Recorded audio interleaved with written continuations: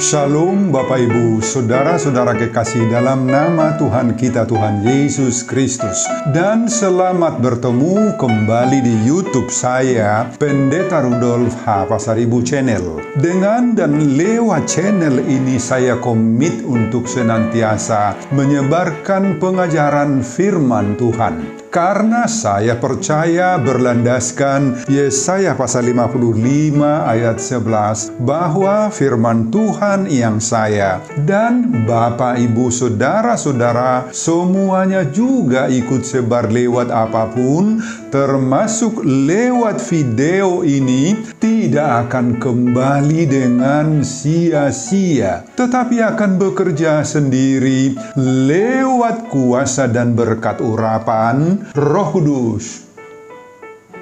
Mari Bapak Ibu dan Saudara-saudara semuanya saya ajak untuk membantu saya menyebarkan pengajaran firman Tuhan, khotbah di ibadah minggu kedua sesudah Trinitatis 26 Juni 2022 terambil dari kitab Rut pasal 1 ayat 7 sampai dengan ayat 17. Dan epistel dari Injil Lukas pasal 9 ayat 51 sampai dengan ayat 62 diikat oleh topik atau tema pengikut Tuhan yang setia. Dalam bahasa Batak Toba dituliskan Satia Mangihutton Debata. Saya baca untuk kita. Mari Bapak Ibu dan Saudara-saudara simaklah pembacaan firman Tuhan berikut ini. Judul perikop Rut pasal 1 mulai dari ayat 1 sampai dengan ayat 22 adalah Rut dan Naomi. Dan khotbah kita dari ayat 7 sampai dengan ayat 17. Maka berangkatlah ia dari tempat tinggalnya itu bersama-sama dengan kedua menantunya. Ketika mereka sedang di jalan untuk pulang ke tanah Yehuda, berkatalah Naomi kepada kedua menantunya itu, "Pergilah, pulanglah masing-masing ke rumah ibunya. Tuhan kiranya menunjukkan kasih-Nya kepadamu seperti yang kamu tunjukkan kepada orang-orang yang telah mati itu dan kepadaku. Kiranya atas karunia Tuhan kamu mendapat tempat perlindungan masing-masing di rumah suaminya." Lalu diciumnyalah mereka, tetapi mereka menangis dengan suara keras dan berkata kepadanya, "Tidak, kami ikut dengan engkau pulang kepada bangsamu." Tetapi Naomi berkata, "Pulanglah anak-anakku, mengapakah kamu turut dengan aku? Bukankah tidak akan ada lagi anak laki-laki yang kulahirkan untuk dijadikan suamimu nanti? Pulanglah anak-anakku, pergilah, sebab sudah terlalu tua aku untuk bersuami. Seandainya pikirku ada harapan bagiku dan sekalipun malam ini aku bersuami, bahkan sekalipun aku masih melahirkan anak laki-laki, masakan kamu menanti sampai mereka dewasa? Masakan karena itu kamu harus menahan diri dan tidak bersuami? Janganlah kiranya demikian, anak-anakku. Bukankah jauh lebih pahit yang aku alami daripada kamu? Sebab tangan Tuhan teracung terhadap aku." Menangis pula mereka dengan suara keras. Lalu Orpa mencium mertuanya itu minta diri, tetapi Rut tetap berpaut padanya. Berkatalah Naomi, "Telah pulang iparmu kepada bangsanya dan kepada para allahnya. Pulanglah mengikuti iparmu itu." Tetapi kata Rut, "Jangan desak aku meninggalkan engkau dan pulang dengan tidak mengikuti engkau. Sebab kemana engkau pergi, ke situ jugalah aku pergi. Dan di mana engkau bermalam, di situ jugalah aku bermalam. Bangsamu lah bangsaku dan Allahmu lah Allahku. Di mana engkau mati, aku pun mati di sana." dan di sanalah aku dikuburkan. Beginilah kiranya Tuhan menghukum aku, bahkan lebih lagi daripada itu, jikalau sesuatu apapun memisahkan aku dari Engkau selain daripada maut. Bapak, Ibu, dan saudara-saudara, demikianlah nats khotbah kita di ibadah minggu kedua sesudah Trinitatis tanggal 26 Juni 2022, dihubungkan dengan topik minggu pengikut Tuhan yang setia mangihuton debata. Saudara, dalam khotbah ini kita bertemu dengan satu keluarga, yakni Elimelek dengan istrinya Naomi dan kedua anak-anaknya Mahlon dan Kilion. Mereka tadinya tinggal di Betlehem Efrata di tanah Yehuda.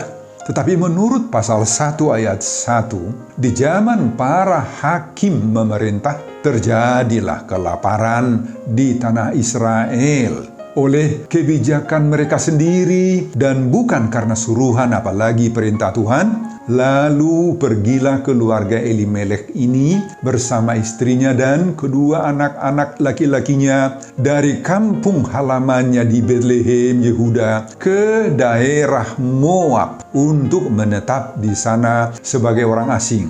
Kemudian ternyata matilah Elimelek di sana, suami Naomi. Sehingga perempuan itu, Naomi, tinggal dengan kedua anaknya. Selanjutnya, kedua anak Naomi ini menikahi gadis Moab, yakni Mahlon kawin dengan Ruth, Kilion kawin dengan Orpa. Saudara, setelah mereka berdiam di situ kira-kira 10 tahun lamanya, apa yang terjadi lagi? Lalu matilah juga kedua anak laki-lakinya Mahlon dan Kilion. Sehingga baik suami Naomi Elimelek yang sudah terlebih dahulu mati, maupun kedua anak yang dikasihinya Mahlon dan Kilion, semua mereka bertiga meninggal dunia. Saudara, tinggallah Naomi hidup bersama kedua menantunya Ruth dan Orpa yang juga sudah menjadi janda. Kemudian Naomi memutuskan untuk kembali lagi pulang ke Betlehem, daerah asalnya dahulu. Karena ia mendengar bahwa Tuhan telah memperhatikan umatnya dan memberikan makanan kepada umatnya di Betlehem itu. Maka berangkatlah Naomi dari Moab bersama-sama dengan kedua menantunya Ruth dan Orpa. Tetapi ketika mereka sedang di tengah perjalanan untuk pulang ke tanah Yehuda, berkatalah Naomi kepada kedua menantunya itu. Apa kata dia? Pergilah, pulanglah masing-masing ke rumah ibunya. Tuhan kiranya menunjukkan kasih-Nya kepadamu seperti yang kamu tunjukkan kepada orang-orang yang telah mati itu dan kepadaku. Lalu diciumnyalah mereka. Tetapi mereka menangis dengan suara keras. Kedua menantunya itu menolak untuk pergi. Hati Orpa luluh juga sehingga ia berpamitan untuk pulang untuk kembali ke daerah asalnya. Sementara hati Ruth tetap berpaut pada mertuanya itu. Meski ditantang sampai berkali-kali agar Ruth kembali ke daerah asalnya, tetapi Ruth bersikeras untuk tetap hatinya tinggal bersama-sama dengan mertuanya Naomi. Hingga Ruth mengatakan kepada Naomi, "Janganlah desak aku meninggalkan engkau dan pulang dengan tidak mengikuti engkau. Sebab kemana engkau pergi, ke situ jugalah aku pergi. Dan di mana engkau bermalam, di situ jugalah aku bermalam. Bangsamulah bangsaku, dan Allahmulah Allahku. Di mana engkau mati, aku pun mati di sana. Dan di sanalah aku dikuburkan."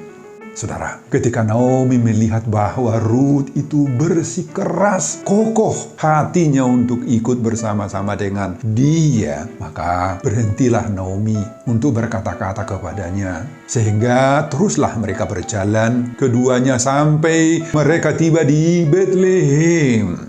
Ketika mereka masuk ke Betlehem, apa yang terjadi di Betlehem? Wah, gemparlah seluruh kota Betlehem karena mereka dan perempuan di sana berkata, Naomi kah itu? Nah, itu pertanyaan mereka. Naomi kah itu? Pengalaman pahit ini membuat Naomi tidak mau lagi dipanggil namanya Naomi. Melainkan panggil saja namaku Mara. Katanya artinya Mara, pahit. Karena kondisinya yang sudah habis-habisan. Dia merasa sangat hidupnya pahit sekali. Ayat 20 ayat 21. Masalah demi masalah telah berusaha mengeburkan mata rohani, mata iman dari Naomi. Tetapi Tuhan tetap menyimpan rencana baiknya buat Naomi dan Ruth selanjutnya. Karena lewat kesetiaan Ruth mengikuti Naomi dan telah berkomitmen menyembah Yahweh Allahnya Naomi itu, maka Tuhan telah mempersiapkan yang terbaik buat Ruth, buat Naomi, buat bangsa Israel. Melalui Ruth, garis keturunan Sang Mesias yang dijanjikan oleh Allah menyelamatkan umatnya itu, yakni Yesus Kristus, dibentuk oleh Tuhan. Amin, Bapak Ibu.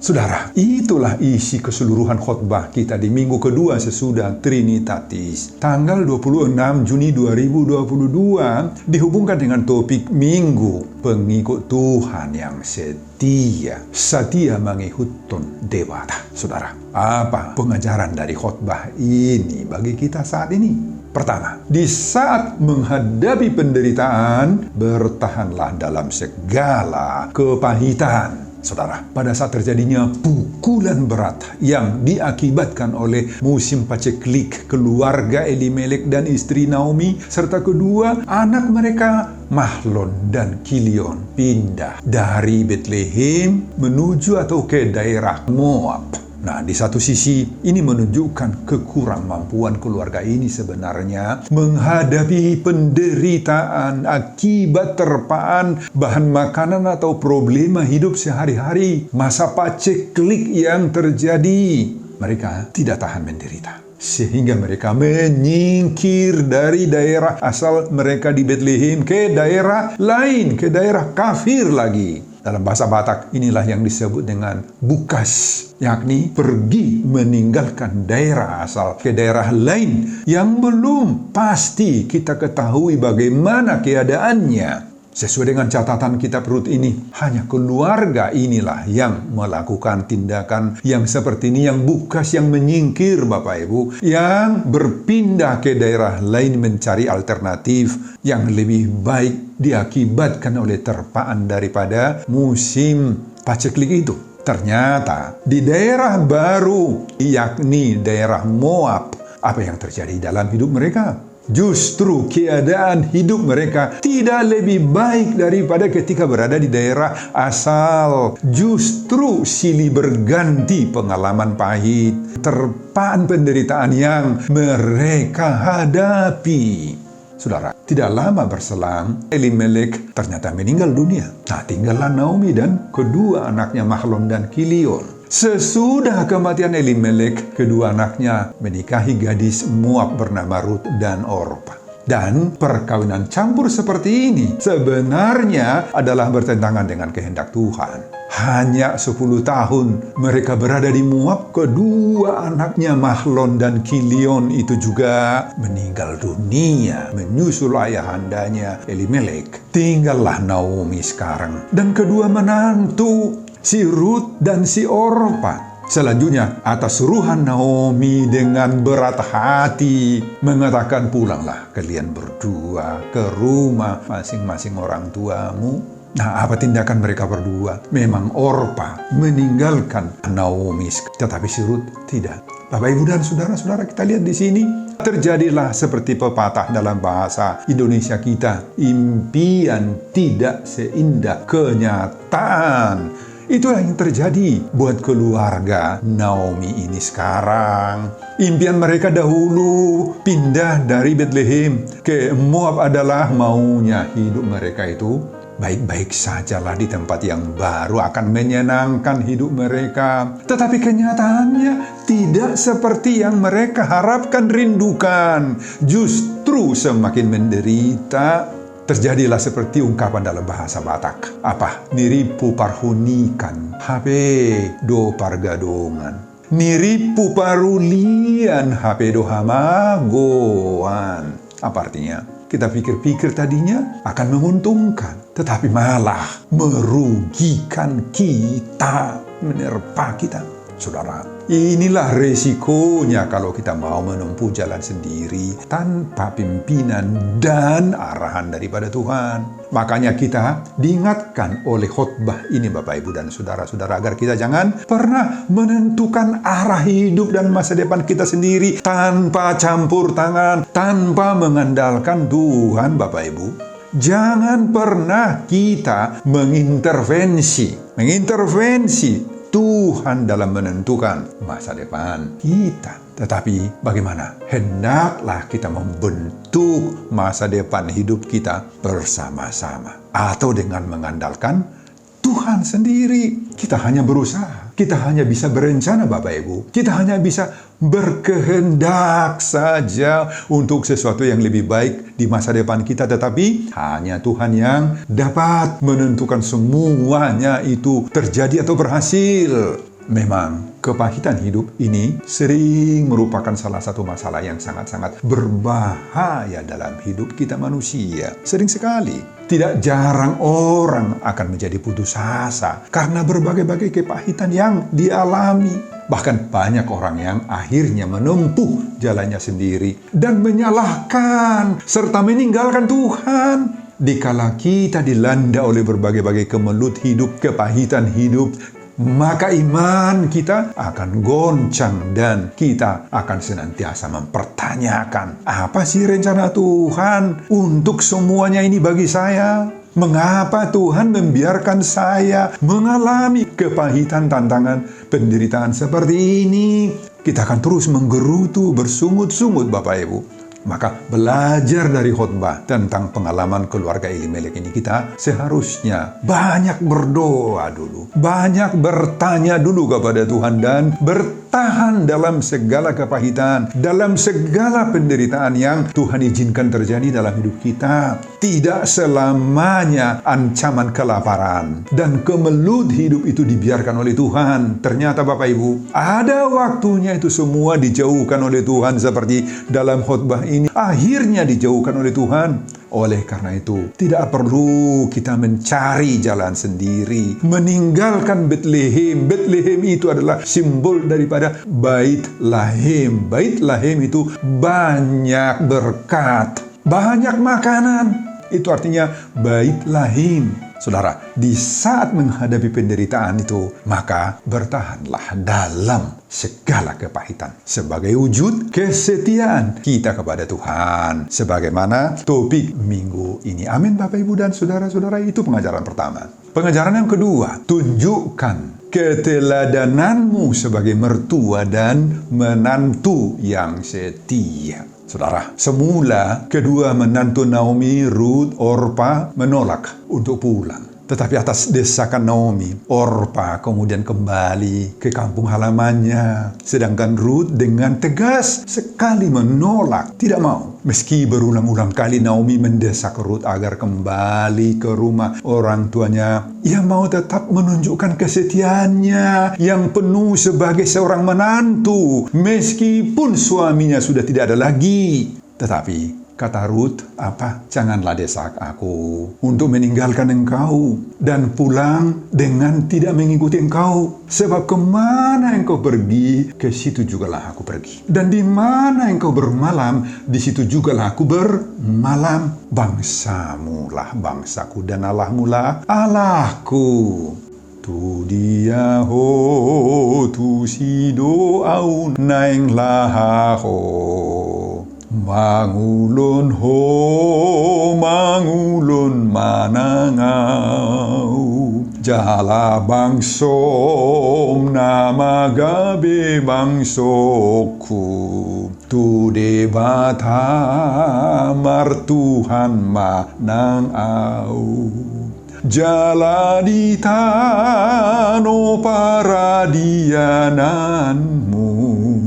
Di Sidoau maradian muse, asa sai sada hita sotar sirang, di debata parholong rohai. Oh, dari sini lagu itu Bapak Ibu, pengalaman si Rut ini. Bahkan Rut juga berkata bahwa Tuhan akan menghukumnya dengan seberat-beratnya andai kata atau apabila ia memisahkan diri dari mertuanya selain oleh kematian. Ayat 17. Saudara, kenapa begitu kokohnya hati si Rut tidak mau berpisah dari mertuanya Naomi ini? Kenapa ya? Bagi Rut, Naomi itu adalah seorang sosok wajah mertua yang merupakan panutan dalam segala hal. Terutama panutan dalam imannya, dalam kepercayaan, dalam kerohaniannya, dalam kelemah lembutan dan ketahanan mental moral. Naomi lah yang menjadi panutan bagi Rut, Bapak Ibu. Rut melihat bahwa begitu banyak pelajaran, tiruan, teladan yang didapatinya dari sosok mertuanya Naomi ini. Antara lain apa? Mampu menghadapi serta memenangkan berbagai perjuangan pertarungan iman yang dihadapinya. Mampu bertubi-tubi pengalaman pahit yang menerpanya. Tetapi Naomi kuat sekali. Itu yang dilihat oleh Rut. Rut melihat bahwa pengenalannya kepada Tuhan Allah itu diperolehnya dari mana? Dari Naomi, dari mertuanya sendiri. Rut mengenal Tuhan karena dia belajar dari gaya hidup mertuanya Naomi yang tetap setia sampai akhir kepada Tuhan. Itu sebabnya Rut sekarang memutuskan dirinya untuk tidak mau lagi berpisah meninggalkan mertuanya Naomi. Sebab dengan mengikut mertuanya, Rut merasa akan terberkati, terbina akhlak moral spiritualnya. Bapak, Ibu, dan saudara-saudara, Rut juga merupakan sosok seorang menantu atau parumain dalam bahasa Batak yang pantas ditiru, diteladani. Kenapa? Dengan penuh perjuangan rohani, Rut yang tadinya tidak mengenal Allah, ternyata bisa mengadaptasi, bisa menyesuaikan dirinya dengan keluarga suami dan mertuanya untuk percaya kepada Allah Yahweh. Rut mau belajar dari iman suaminya almarhum dan iman mertuanya Naomi sehingga bisa menyesuaikan diri dalam segala hal dengan keluarga baru ini. Inilah sosok parumain yang sangat-sangat baik, bagus. Iman dari Rut itu terbentuk melalui interaksi dan interrelasi dengan keluarga suami. Bapak, Ibu, dan saudara-saudara, inilah pengajaran khotbah yang baik bagi kita. Semoga sosok dari ibu-ibu sekalian, si pendengar khotbah kita ini sekarang terbentuk menjadi mertua-mertua teladan, si tiruon, menjadi parumain atau menantu-menantu yang sungguh-sungguh mengandalkan kuasa Tuhan dan betul-betul belajar dari mertuanya dengan baik sehingga dia menjadi berkat buat keluarga di mana dia berada. Amin, Bapak, Ibu, dan saudara-saudara, jadilah mertua dan menantu teladan. Pengajaran yang ketiga, di balik kepahitan ada rancangan Tuhan yang terbaik bagi orang yang setia kepadanya, kepada Tuhan. Saudara, berkat kesetiaan Rut mengikut keluarga dari mertuanya, ternyata ada rancangan Tuhan yang terbaik yang telah dipersiapkan oleh Tuhan kepada Rut dan masa depannya yang luar biasa. Apa itu, Bapak, Ibu, dan saudara-saudara? Rancangan Tuhan yang luar biasa buat Rut dan keluarga mertuanya ini tidak hanya sekedar bahwa Rut itu nantinya akan dipertemukan oleh Tuhan dengan Boas, seorang yang kaya raya dari pihak suami Naomi, Elimelek.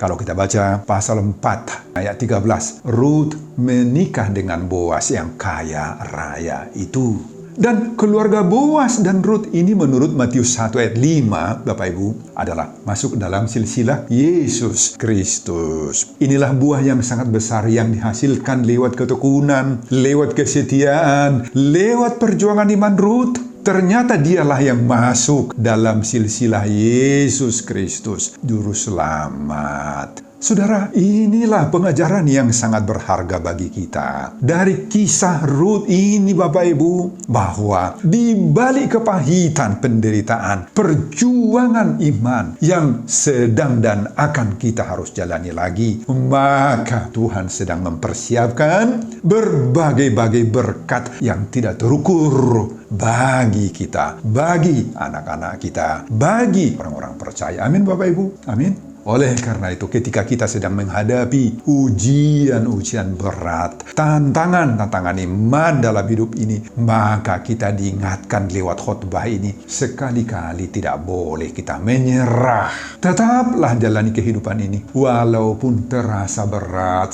terasa sukar, saat kita sedang menempuhnya, menjalaninya, mari kita berketetapan hati untuk ikut Kristus. Ingatlah bahwa Tuhan tidak pernah salah. Ketika Tuhan menawarkan panggilan bagi kita, ikutlah aku. Sebagaimana dalam epistel Lukas pasal 9 ayat 51 sampai 62. Semoga tidak ada di antara kita yang membuat alasan-alasan yang tidak benar, menolak panggilan undangan Tuhan itu. Semoga kita tetap setia kepada Tuhan walau ada banyak pergumulan yang sedang kita hadapi saat melakukan panggilan Tuhan itu. Ya, kesetiaan kita akan tetap diuji dan teruji. Maka tetaplah kita jalankan panggilan Yesus itu penuh dengan kesetiaan. Ketika Tuhan mengizinkan hal-hal yang kurang menyenangkan terjadi dalam hidup kita, nah di sanalah kita diuji, ditempa, dibentuk, dan untuk berkat masa depan kita. Semoga kita menjadi pengikut Tuhan yang setia mengikut debata. Sebagaimana topik minggu kedua sesudah Trinitatis 26 Juni 2022. Sebelum saya mengakhiri khotbah ini, kembali saya mengajak Bapak, Ibu, dan saudara-saudara untuk membantu saya menyebarkan pengajaran firman Tuhan khotbah di ibadah minggu kedua sesudah Trinitatis 26 Juni 2022 dari kitab Rut pasal 1 ayat 7 sampai dengan ayat 17.